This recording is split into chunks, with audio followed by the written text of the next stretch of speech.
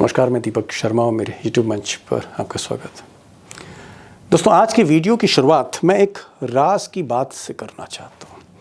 राज की बात, सीक्रेट। और सीक्रेट ये है कि जिस वक्त नीतीश कुमार इंडिया अलायंस में थे, उस वक्त नीतीश कुमार इंडिया अलायंस को लीड करना चाहते थे, मुखिया बनना चाहते थे। और तब मरहूम सीताराम येचुरी, सोनिया गांधी, राहुल गांधी तैयार हो गए अल्टीमेटली कि नीतीश जी को बना देना चाहिए।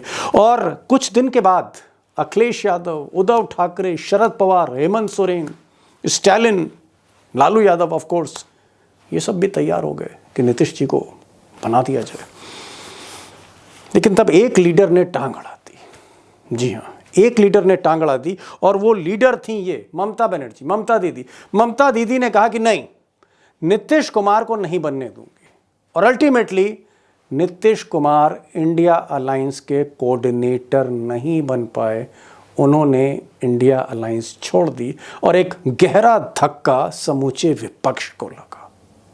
अब सबसे बड़ा सरप्राइज यह है कि जिस ममता बनर्जी ने नीतीश कुमार को इंडिया अलायंस का मुखिया नहीं बनने दिया, कोऑर्डिनेटर नहीं बनने दिया, आज वही ममता बनर्जी इंडिया अलायंस को, इंडिया गठबंधन को लीड करना चाहती हैं। वो ममता बनर्जी जिन्होंने लोकसभा चुनाव में इंडिया अलायंस को दूर रखा, दूर हो गई बंगाल में, वही ममता बनर्जी आज इंडिया अलायंस, समूचे विपक्ष की बागडोर अपने हाथ में लेना चाहती। यानी इस देश का अपोजिशन ममता बनर्जी आज अपने हाथ में लेना चाहती।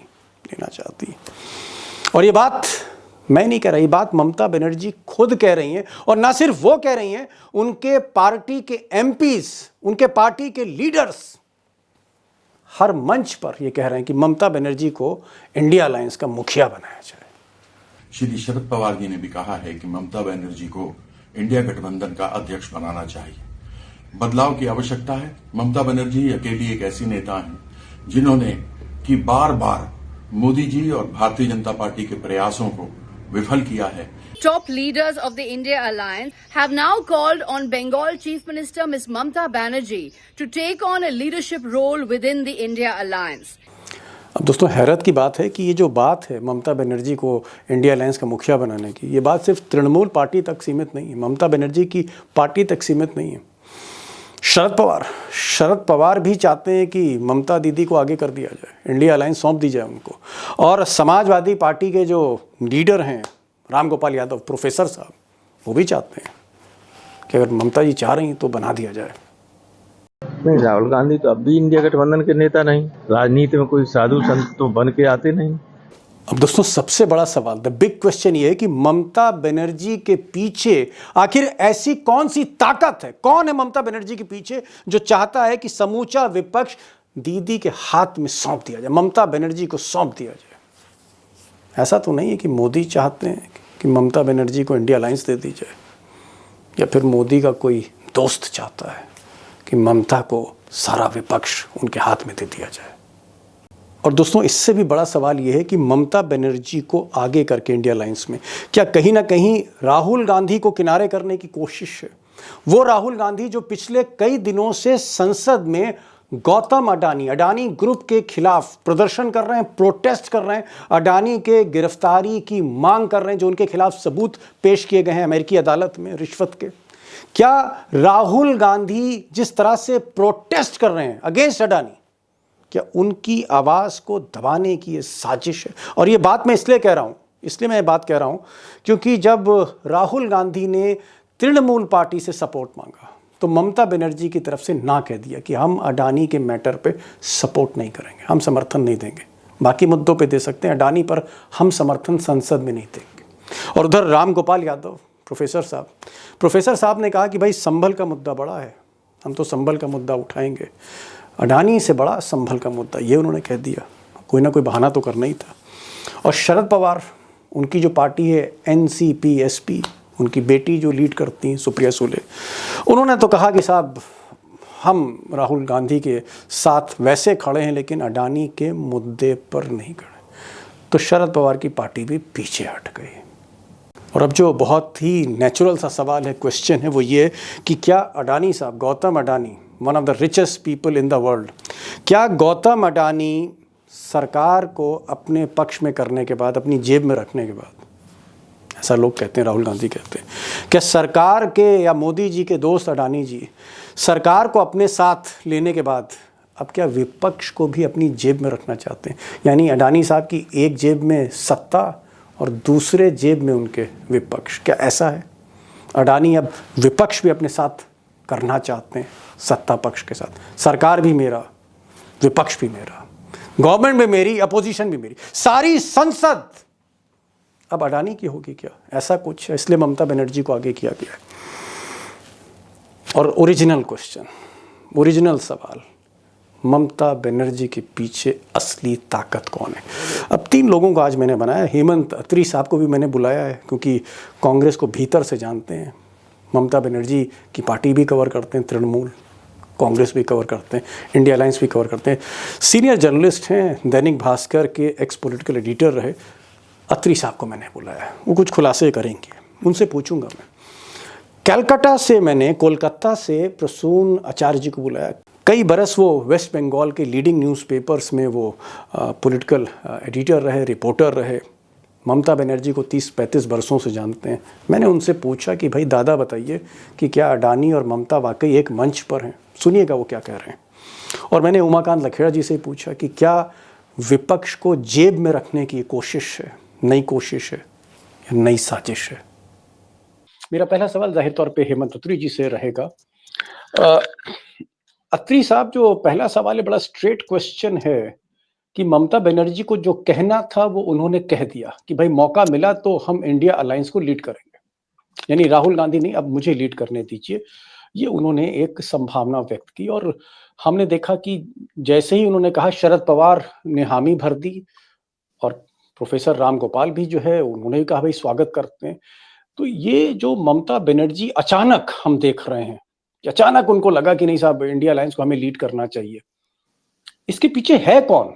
The big question is who is behind? खेल क्या है? अब जो ममता बनर्जी ने कह दिया अत्री साहब, वो तो कह दिया, खेल क्या है सर पर्दे के पीछे?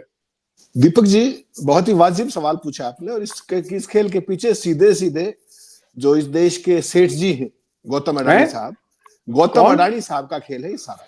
नहीं, गौतम अडानी, अरे साहब मैं इंडिया अलायंस की बात कर रहा हूं, आप अडानी जी की बात करने लगे। जी, उसको हमें थोड़ा सा देखना पड़ेगा दीपक जी। पक्ष भी में और विपक्ष भी में। पक्ष तो अडानी साहब है ही है, इसमें तो कोई शक आपको है नहीं। अमेरिका तक से टक्कर लेने की स्थिति में बीजेपी आ गई। अब विपक्ष भी अगर इनका हो जाए तो क्या बुराई है?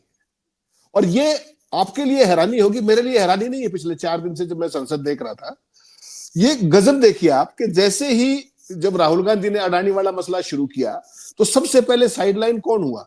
सबसे पहले तृणमूल कांग्रेस ने कहा कि हम इसका, चुपके से वो साइड हो गए। उसके बाद संबल इंपॉर्टेंट हो गया। तो कोई भी राहुल गांधी को पूछे, जो आपने सवाल किया, मुझे एक बात बताइए आप। अच्छा, आज तो और इंटरेस्टिंग हो गया, प्रशांत किशोर जी जो अनऑफिशियल सब कुछ है पूरे सिस्टम के, इकोसिस्टम के, वो भी आगे मैदान जंग में। 2-3 सवाल मैं छोटे से करना चाहूंगा, आप सारा खेल समझ जाएंगे। राहुल गांधी क्या इंडिया अलायंस को लीड कर रहे हैं? उनके पास कोई पद है क्या इंडिया अलायंस में? या किसी के पास भी कोई पद है जो मेरे से लेके आप ले लेंगे या लखेड़ा साहब ले लेंगे? कोई पद तो है ही नहीं। ये सामूहिक नेतृत्व है। ये हुआ क्या बेसिकली, कांग्रेस पार्टी ने संसद में जो बाहर, संसद के बाहर जो 2 दिन चला, उसके बाद मोदी जी की आवाज नहीं निकल रही है। आप संसद की कार्रवाई से तो हटवा दोगे सब कुछ। जो ये पिक्चर्स हैं जो रोज की रोज, जो कमर के ऊपर फोटो लगे हुए हैं स्टिकर्स, और जो मुंह के ऊपर मास्क लगे हुए हैं, मोदी अडानी एक है, इनको कैसे हटवा दोगे आप? सवाल ये है। और इसके बाद ये स्थिति हुई कि ममता ने धीरे से उसको कहा कि भाई हम चुपके से, उन्होंने जो प्रदर्शन थे संसद के गलियारे में बाहर, उससे उन्होंने विड्रॉ कर लिया। कारण देखिए उसका क्या है। छोटी सी बात कहूंगा, इशारों में समझ जाइएगा। इस रिश्वत हिंदुस्तान में दी गई कथित तौर पे 2200 करोड़ की, उसकी जांच नहीं हुई, नोटिस भी नहीं हुआ, और एक 50,000 की गड्डी की जांच करवा रहे हो आप। तो इतनी शर्मनिरपेक्षता के लिए तो बहुत हिमाकत चाहिए। तो क्या करेंगे? वो कार्यक्रम भी कहीं और से ही है, जो 50,000 वाला भी है, वो भी देखना पड़ेगा। और उस सारे में अगर आपको याद हो, जगन मोहन रेड्डी वाला जो मामला है, उसी चार्जशीट इंडाइक्टमेंट में, वो ज्यादा नहीं, केवल 1750 करोड़ रुपए का है। तो भाई पॉलिटिक्स में पैसे तो सबको चाहिए। जो एक जगन रेड्डी को इतने दे सकता है, वो कहीं कहीं भी कितने भी दे सकता है। शरद पवार का ओपन घोषित दोस्त है, उनके घर पे आना जाना, डिनर और लंच तक के कार्यक्रम है। उसके बाद ये जो प्रशांत किशोर ने जो आज कार्यक्रम किया है, समाजवादी पार्टी एक बात भूल रही है, हाल के दिनों में जो बाई इलेक्शन लड़े 2 ही सीट आई, कांग्रेस की चाहे 50 वोट आती, लेकिन कांग्रेस एलिमिनेट तो होगी ना एक तरीके से। ये एक बात नहीं समझ रहे हैं वो कि उनके पास सत्ता नहीं है, और अगर इस बार भी तीसरी बार बीजेपी आ गई तो समाजवादी पार्टी का नाम लेवा नहीं बचेगा यूपी में, वही हरियाणा वाली स्थिति हो जाएगी। अत्री साहब एक मिनट, मैं अभी 2 गेस्ट और है, लेकिन एक छोटा सा मैं आपसे जवाब ले लूं, फिर मैं आपको नेक्स्ट राउंड में आके पूछूंगा। मतलब आप ये कहना चाह रहे हैं कि इस पूरे खेल के पीछे गौतम अडानी है, और गौतम अडानी चाहते हैं कि जो विपक्ष है उसमें भी उनकी से हो जाए, ममता बनर्जी को आगे कर दे, तो कम से कम इंडिया अलायंस में अडानी का जो मसला है वो थोड़ा सा डाइल्यूट होगा। निश्चित तौर पे सारे आप समझिए ना, फिर खबर क्या होगी, फिर अडानी तो खबर ले लेंगे विपक्ष टूट गया। आज के अखबार उठा लीजिए आप, हिंदी के सारे, सब में क्या है कि ममता बनर्जी ने इच्छा जताई, राहुल की कुर्सी खतरे में। अरे राहुल के पास कुर्सी है कौन सी, इंडिया अलायंस का तो कोई नेता है ही नहीं, कोई कन्वीनर है ही नहीं। और एक सिचुएशन की कल्पना और याद दिला रहा हूं आपको, दर्शकों को, इसी इंडिया अलायंस को बनाने में नीतीश कुमार जी का भी एक दौर में बड़ा योगदान था, वो भी घूम रहे थे नगरी नगरी द्वारे, याद होगा ना जी। और जब इंडिया अलायंस बन गया, वो महोदय जाके बीजेपी गोदी में जाके बैठ गए।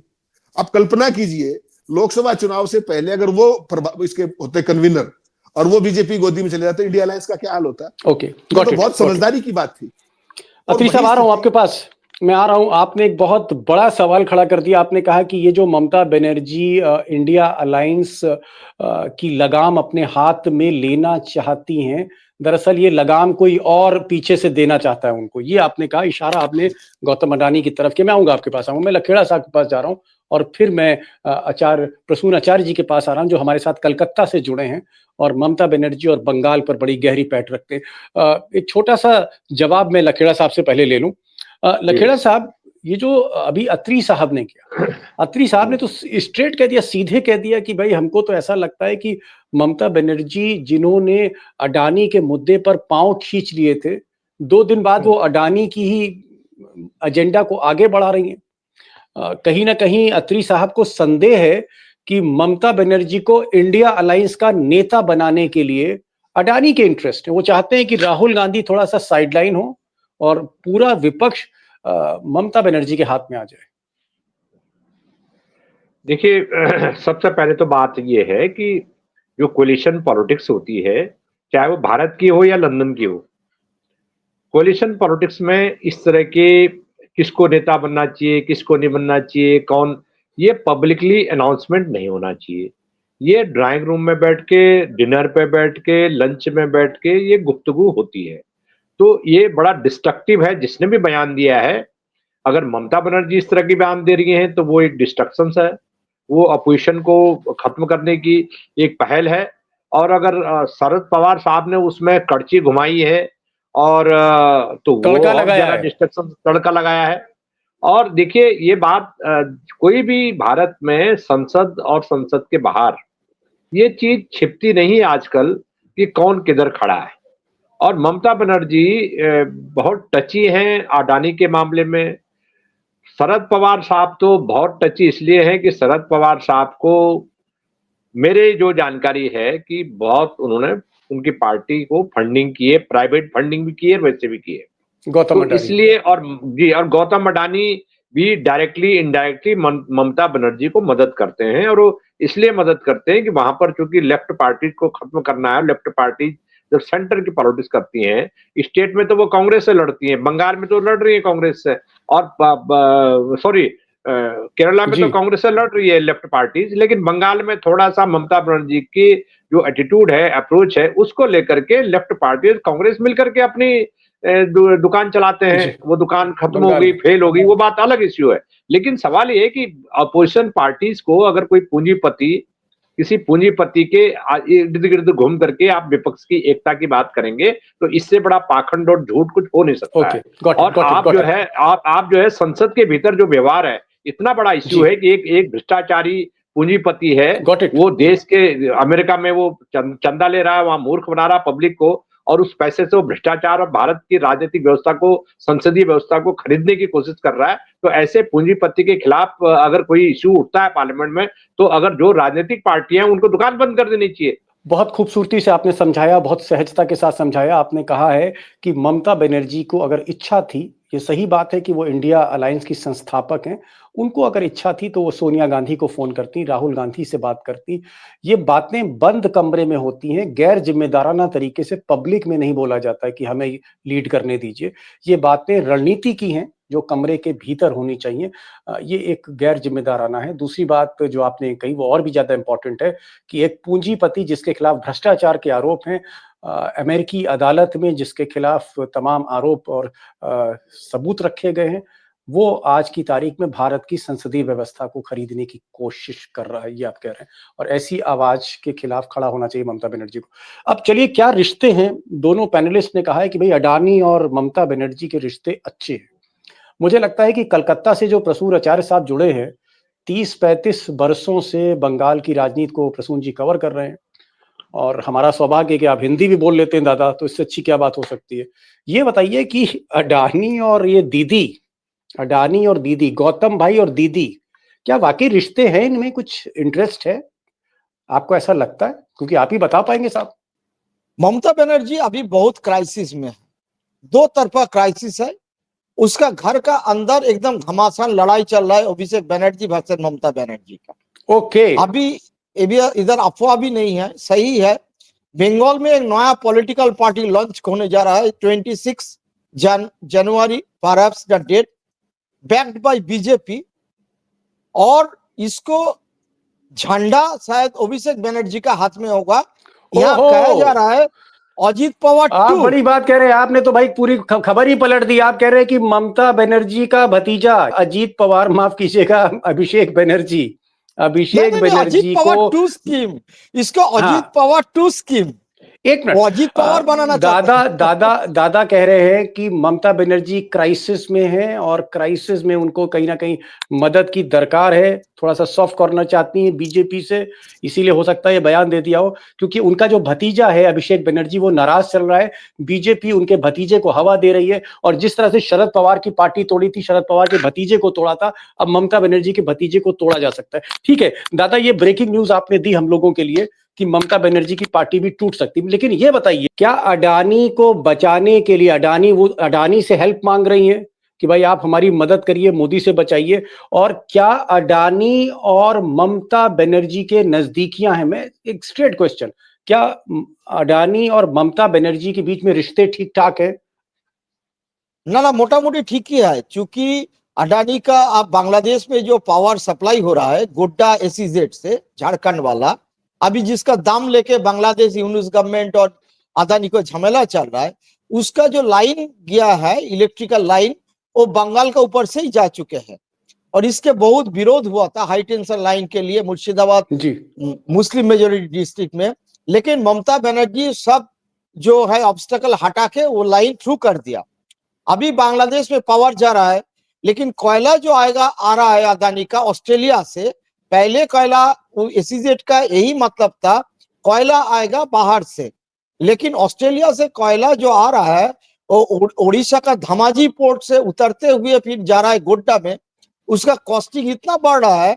अभी अडानी दूसरे कोयला जो खदान है उसके ऊपर नजरिया है। अभी बंगाल का देउचा पचामी में जो कोयला खदान है, उधर बहुत कोयला है, वो स्टेट गवर्नमेंट का अंडर में है। अभी अदानी का नजर उस खदान के ऊपर है, ऑस्ट्रेलिया से कोयला लेके नहीं आएगा। Okay, got it. देउचा से कोयला लेगा। और दोनों का तालमेल इसी से हुआ और बिजनेस समिट पे इसीलिए बात हुआ था 2023 का। ओके, आपने कहा कि ममता बनर्जी और अडानी के जो संबंध हैं, रिश्ते हैं, उसका आपने जो कारण बताया कि इस वक्त दोस्तों जो प्रसून जी कह रहे हैं कि अडानी साहब जो हैं वो झारखंड के गोडा प्लांट से बिजली बांग्लादेश भेज रहे हैं और हाई टेंशन वायर्स जो हैं वो पश्चिम बंगाल से होते हुए बांग्लादेश जा रही हैं। अडानी को इस प्लांट के लिए कोयला चाहिए, कोयला ऑस्ट्रेलिया से आ रहा है, बहुत दूर से कोयला आ रहा है, इसलिए कॉस्टिंग बढ़ रही है। तो अडानी चाहते हैं कि पश्चिम बंगाल में कोई उनको खदान मिल जाए, वो खदान देने के लिए ममता बनर्जी तैयार है। तो ममता बनर्जी का कोयला लेंगे, झारखंड में बिजली बनाएंगे और बांग्लादेश भेजेंगे। एक आप कह सकते हैं कि कहीं ना कहीं अडानी और ममता के जो संबंध हैं वो दादा ने बताए कि काफी प्रगाढ़ हो रहे हैं। हेमंत जी, अब आपको जवाब तो मिल गया। अब मुझे ये बताइए, क्या आपको लगता है कि राहुल गांधी को थोड़ा-सा किनारा करने की कोशिश हो रही है और इस तरह से शगुफा छोड़ा जा रहा है ममता बनर्जी का?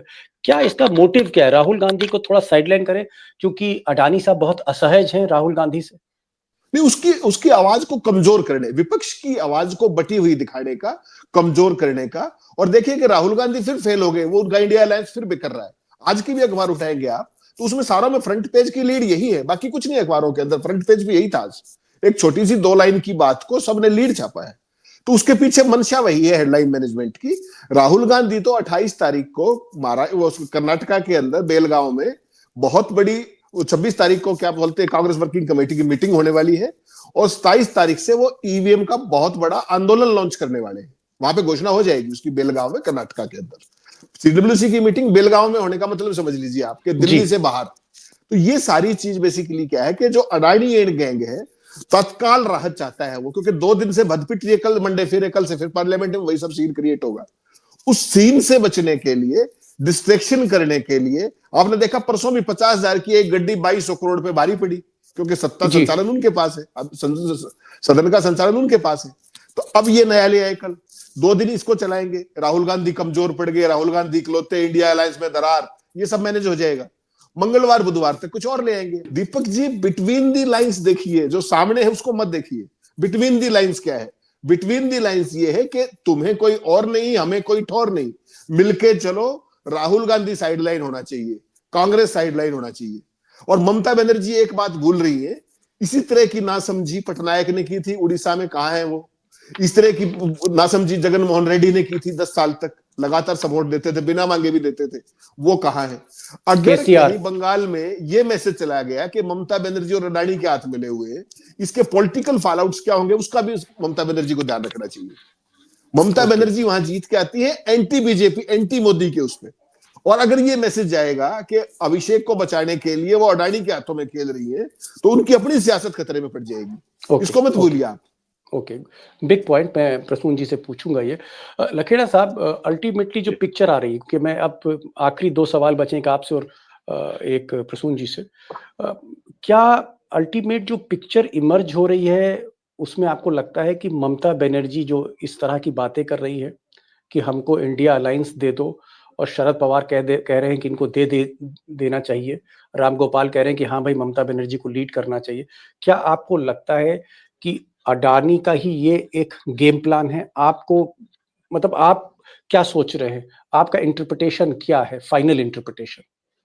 देखिए, इसमें कोई ये रॉकेट साइंस नहीं है कि जब भ्रष्टाचार को आप राष्ट्रवाद से लिंक करके संसद के भीतर भाषण दिलवा रहे हैं, आपके जो स्पोक्स पर्सन हैं रूलिंग पार्टी के, वो पब्लिकली प्रेस कॉन्फ्रेंस करके नेक्सस पैदा कर रहे हैं कि कांग्रेस पार्टी जो है देश विरोधी ताकतों के हाथ में खेल रही है। अमेरिकी अदालत का कोई फैसला होता है, देश के एक बड़े पूंजीपति जो आपके देश की लगभग 75% पीएसयू को खरीद चुका है, आपके एयरपोर्ट खरीद चुका है, आपकी नवरत्न खरीद चुका है, खरीदने की प्रक्रिया में है, जो बचा खुचा अभी 4 साल 4.5 साल बचे हुए हैं, देखना कि सारा 5 साल बाद कहां देश खड़ा होता है। तो मेरा ये कहने का मतलब है कि इस तरह का जो नक्सस है पॉलिटिशियंस में, राजनीतिक दलों में और बड़े पूंजीपतियों में, ये नक्सस अल्टीमेटली देश के लिए बहुत घातक है।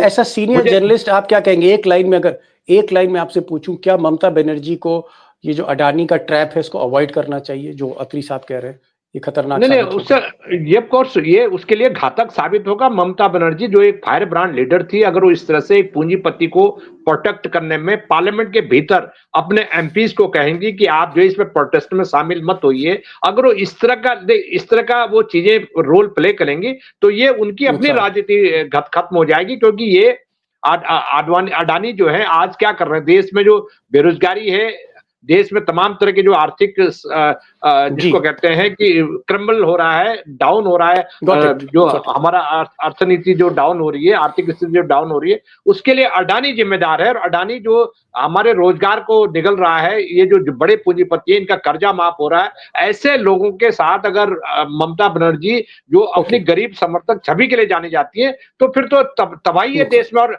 मुझे लगता है कि इंडिया अलायंस की बैठक में इनको बुलाना नहीं चाहिए। अगर कांग्रेस जो लीड कर रही है, इनको बुलाना नहीं चाहिए इस तरह के लोगों को। जी प्रसून जी, लास्ट क्वेश्चन है। ओके, लास्ट क्वेश्चन आपसे।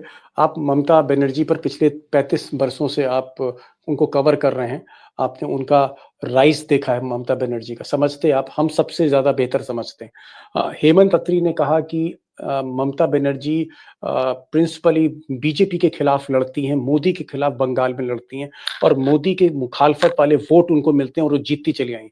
अगर ममता बनर्जी मोदी के आदमी के साथ हाथ मिलाएंगी तो नुकसान होगा, उनको नुकसान होगा, उनकी जो इमेज है वोटर के बीच में गलत जाएगी। क्या अडानी के हाथ में खेलना, आग से खेलना है ममता बनर्जी के लिए? ना परसेप्शन जो है बंगाल में कौन फैलेगा भाई अदानी का खिलाफ? लेफ्ट जो है वो तो कुछ है ही नहीं, थोड़ी अदानी का खिलाफ परसेप्शन फैलाएगा बीजेपी। ममता बनर्जी पल्ला झाड़ लेगी जे हम भाई पॉलिटिक्स अच्छा करते हैं, वो मेरा भांजा भी जेल चला गया, वो भी करप्ट था, चला गया, हम क्या करें? नहीं, अडानी को लेकर, अडानी के साथ उनका जाना, दोनों वो अभी पल्ला जो है देख रहा है कौन सा तुला जो है आगे पीछे कर रहा है। समझ गए। Okay, I got it. Prasoon ji का कहना है कि ममता बनर्जी अभी कैलकुलेट कर रही हैं कि अडानी के साथ कितना जाना है और कितना नहीं जाना है, क्योंकि ममता बनर्जी खुद क्राइसिस में है इस वक्त, असमंजस की स्थिति में है, संकट की स्थिति में। लेकिन जो हमारे बाकी पैनलिस्ट हैं उनका कहना है कि ममता बनर्जी आग से खेल रही हैं। अगर एक ऐसे पूंजीपति के साथ वो हाथ जोड़ती हैं, हाथ मिलाती हैं, तो बंगाल में उनको नुकसान हो सकता है, क्योंकि बंगाल में मोदी से लड़ना है, और अगर मोदी का आदमी ममता बनर्जी के साथ खड़ा है तो ये एक कंफ्यूजिंग मैसेज जाएगा। बहरहाल ममता बनर्जी को तय करना है आगे क्या होता है। लेकिन इंडिया अलायंस की जो राजनीति है दोस्तों, वो अब थोड़ी दिलचस्प होती जा रही है। यहाँ से कई उतार चढ़ाव के दौर से गुजरना पड़ेगा, और ये भी देखना पड़ेगा कि राहुल गांधी जो CWC की अगली मीटिंग लेते हैं, ममता बनर्जी के बारे में कांग्रेस का अब स्टैंड क्या होता है, या बाकी लालू यादव का स्टैंड क्या होता है, या बाकी जो लीडर्स हैं शरद पवार और अखिलेश यादव को छोड़ के उनका क्या स्टैंड होता है, स्टालिन का क्या स्टैंड होता है। बहुत कुछ डिसाइड होगा। लेकिन हाँ, एक बात ठीक है कि अडानी के साथ ममता बनर्जी का दाना और फिर इंडिया अलायंस पर हाथ मारना, उसकी लगाम पकड़ना, ये एक खबर ऐसी है जो कहीं ना कहीं उबाल लाएगी विपक्ष की राजनीति में। अत्री साहब आप आए, समय निकाला आपने, और मैं बहुत शुक्रिया अदा करूंगा, इतवार के दिन आप आए, जुड़े हमारे साथ। लकेड़ा साहब, थैंक यू सो मच, आपने बातें रखी, अपनी दिल की बातें रखी आपने सामने।